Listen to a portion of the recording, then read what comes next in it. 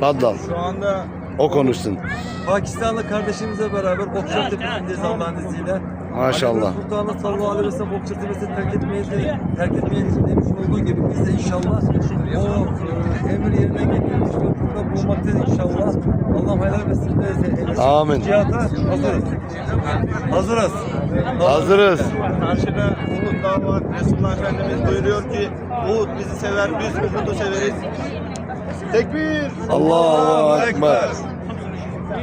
İsmail abi. Tekbir. Allahu Ekber. Cihat yakın biiznillah. Allah'ın izniyle. Allah. Eyvah. İnşallah. Yallah. Teşekkürat.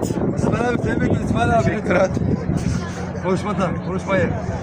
Biz Okçular Tepesi'nde yerimizi aldık. Evet. Gerisini artık size bırakacağız. Evet, Allah'ın izniyle İslam'ın nasıl garip doğduğu gibi biiznillah İslam gariplerinin elinden tekrar ayağa kalkacak. Bugün gördüğünüz gibi Suriye'de belli gelişmeler var. Bu Allah'ın izniyle tüm dünyayı da kapsayacak. Allah'ın izniyle İslam tekrar galip gelecek. İnşallah. İnşallah. Yüce Mevlam bizi ve bizden gelecek olan zürriyetimize İslam askeri olmayı nasip etsin. Amin. Amin.